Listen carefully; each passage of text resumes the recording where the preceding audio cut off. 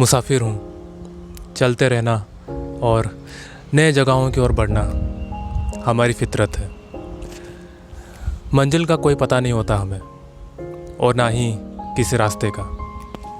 बस जहाँ हमें अपना आशियाना मिले वहीं हम अपना बसेरा बना लेते हैं। रुकना हमें मंजूर नहीं, क्योंकि रोज़ फिर किसी नए जगह की तलाश में हमें निकलना पड़ता है अपनी कहानी को आगे बढ़ाने के लिए। जी हाँ, कहानी। हमारी ज़िंदगी भी एक कहानी की तरह होती है। ख़ास करके एक मुसाफिर की ज़िंदगी में कहानी की कोई कमी नहीं होती है, क्योंकि रोज़ किसी मोड़ पे उसे कुछ ना कुछ नया देखने को मिलता है, नया सीखने को मिलता है, जिसके साथ वो अपनी इस ज़िंदगी को उन सब से जोड़ लेता है और अपने इतिहास के पन्नों में उसे हमेशा हमेशा के लिए यादगार बना देता है। आज की कहानी उस मुसाफिर के बारे में है जिसने अपने सफ़र के दौरान और जिसने अपने मंजिल की तलाश में एक गांव में अपने कदम पसारे, और फिर शुरू होती है उसके इस सफ़र में एक और नई कहानी की शुरुआत।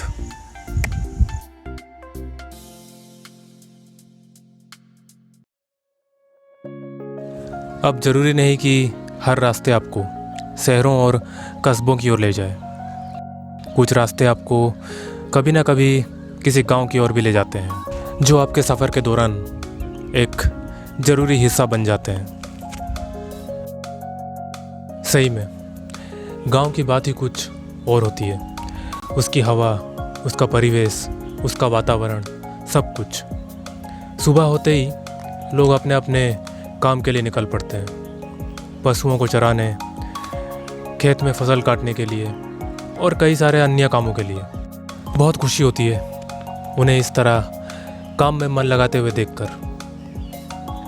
किसी ने सही कहा था, गांव के लोग वाकई बहुत मेहनती होते हैं, और उनकी इस मेहनत को हमें हर हाल में सम्मान करना चाहिए। और इसी तरह गांव में और आगे चलते हुए आपको कोई ना कोई मिल ही जाता है जो आपके बारे में जानने की इच्छा रखते हैं, आपके हालचाल के बारे में पूछते हैं, आपके अगले सफ़र के बारे में जानने की उत्सुकता दिखाते हैं। और गांव की यही बातें सबसे अनोखी होती है। चाहे लोग आपको पहचानते हो या नहीं, लेकिन लोग आपसे वार्तालाप करने की चाह अवश्य रखते हैं। अब जब वार्तालाप की बात चली रही है तो कुछ दृश्य भी देख लीजिए इस वार्तालाप का। ଆପଣ କ'ଣ ସବୁ କାମ କରନ୍ତି ଗାଁରେ? ଗାଁରେ ଏଇ ସବୁ ଚାଷବାସ, ଧାନ ଚାଷ, ପନିପରିବା ଚାଷ ଏଇଗୁଡ଼ାକ କରୁ ଆଉ। ତ ଯେଉଁ ସବୁ ଚାଷ କରନ୍ତି ଆପଣ, ସେଗୁଡ଼ାକୁ କେଉଁଠି ବିକନ୍ତି ଆପଣ? ଏଇ ସବୁ ଛୁଟକାଟିଆ ଇଏ ହାଟ ବସୁଛି, ସେ ହାଟରେ, ଆଉ ଏଇ ବାରିପଦା ମାର୍କେଟରେ। ତ ମାସକରେ କେତେ ଇନକମ୍ ହେଇଯାଉଛି ସେଇଥିରେ? ସେଥିରେ ଚାଷ ନେଇକରି ଧରନ୍ତୁ ଅଧିକା ପରିମାଣରେ ଚାଷ ହେଇଥିବ, ଗୋଟେ ହାଟକୁ ଗଲେ 1000-1200 ହେଉଛି। ତ ଏବେ ଯେଉଁ ଲକଡାଉନ୍ ସବୁ ଲାଗିଥିଲା, ତ ସେଇଥିରେ କିଛି କ୍ଷତିବିତି ହେଇଥିଲା କି ଚାଷବାସରେ, କି ଯେଉଁ ଆପଣ ପଠାଉଛନ୍ତି ଧାନ ଫାନ ସବୁ ହାଟକୁ, ସେଥିରେ କିଛି କ୍ଷତିବିତି ହେଇଥିଲା କି ଆପଣ? ହଁ, କ୍ଷତି ହେଇଛି। ତ ଏଇ ଯେଉଁ ଭାଇରସ୍ ଆସିଗଲା, ଲକଡାଉନ୍ ସଟଡାଉନ୍ ହେଇଗଲା ପରେ ଏଇ ଯେଉଁ ବିଲାତି ପାଚି ଗଲା, ତାକୁ ହାଟ ବନ୍ଦ ହେଇଗଲା, ତେଣୁ ଅଧେ ପଚି ପାଚି ଗଲା। ତେଣୁ ଏଇ ସବୁ କ୍ଷତି ହେଇଛି। ଯେ ଡିମାଣ୍ଡରେ ଆମେ ବିକ୍ରି କରୁ ଜିନିଷଟା, ଯେଉଁଟା 20 ଟଙ୍କା, ତାକୁ ଦେଲୁ 10 ଟଙ୍କା, 12 ଟଙ୍କା, 8 ଟଙ୍କା, ଏଇସବୁ କ୍ଷତି ଆଉ। ତ ଲକଡାଉନରେ ଆପଣ କେମିତି ଚଳୁଥିଲେ ସବୁ? ଲକଡାଉନରେ ଯେଉଁଟା କହିଲେ, ସିଏ ସରକାର ଜନସାଧାରଣଙ୍କୁ ବହୁତ ସାହାଯ୍ୟ କରିଛନ୍ତି। ଚାଉଳ, ଟଙ୍କିଆ ଚାଉଳ ଯୋଗାଇଛନ୍ତି, पैसा मध्य देइछंती चलिया पाई। खैर ये सब बातें तो चलती रहेंगी।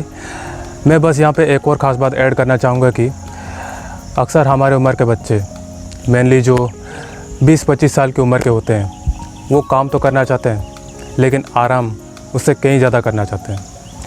लेकिन गांव में बात कुछ अलग होती है। यहाँ हर वर्ग का व्यक्ति काम करने के लिए आग्रह दिखाता है, चाहे वो कोई बुज़ुर्ग व्यक्ति ही क्यों ना हो। कोई भी काम के लिए कभी कोई संकोच नहीं जताता है।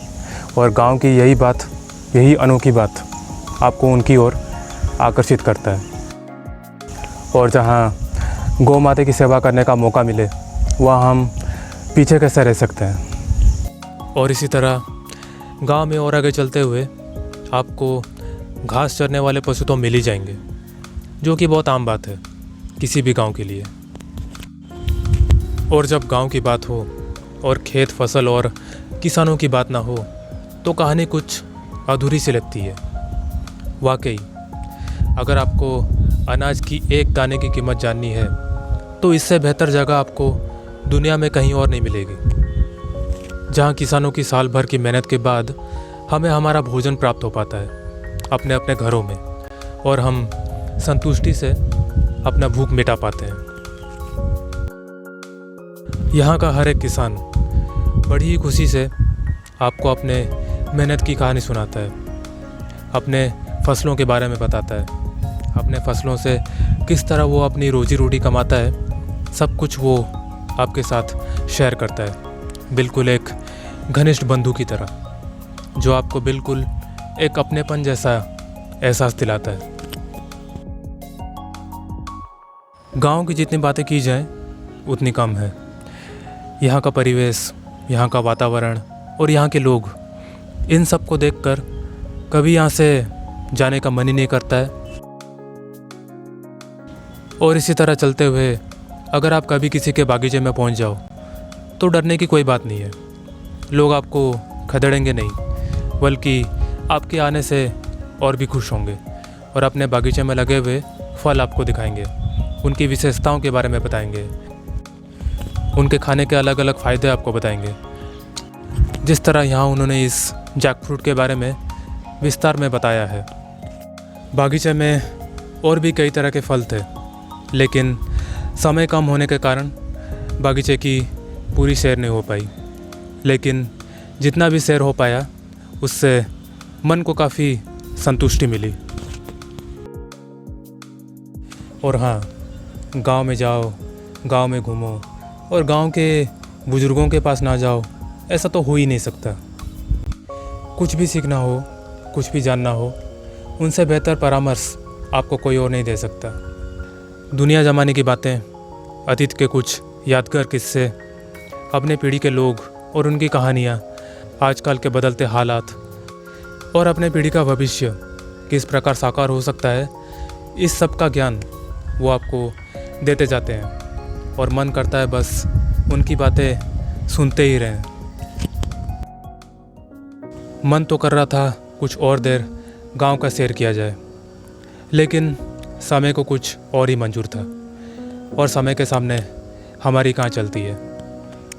जैसा कि मैंने पहले कहा था, मुसाफिर हूँ, चलते रहना हमारी फितरत है और नई जगहों की ओर बढ़ना हमारी नियत थी। ये बात ना कभी बदला था और ना कभी बदलेगा। समय रहते जितनी यादें हमें जुटानी थी, हमने जुटा लिया। क्या पता फिर कभी ये पल मिले ना मिले। एक मुसाफिर के लिए यही एक सबसे बड़ा दुख होता है। लोगों के साथ बिताए हुए यादों को हमें पीछे छोड़कर आगे बढ़ना पड़ता है।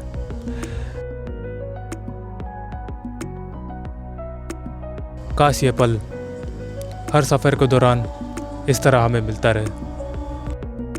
और लीजिए, सफ़र ख़त्म होने से पहले कुछ बच्चे हमको मिल गए जो हमसे बातें करने की उत्सुकता जता रहे थे, और हम उनको निराश नहीं करना चाहते थे, क्योंकि बच्चे भगवान का रूप होते हैं और इस बात को आप नकार नहीं सकते। बस यहीं तक था ये सफ़र और एक मुसाफिर की कहानी किसी गांव में। कहानी तो काफ़ी लंबी चली, लेकिन सबसे बड़ी बात, कहानी यादगार भी रही। और बस जो कुछ भी था उसे हमने अपने डायरी के पन्नों पर इंकित कर दिया, हमेशा हमेशा के लिए। और जिसके साथ मन किया उसे अपनी कहानी बताने लगे। पता नहीं फिर कब यह मौका मिले इस तरह किसी गांव में सफ़र करने का। पता नहीं हमारा अगला सफ़र हमें किस ओर ले जाएगा। बस उम्मीद यही करता हूँ हमारा अगला सफ़र जहाँ कहीं भी हो, कहानी हमारी यादगार होनी चाहिए।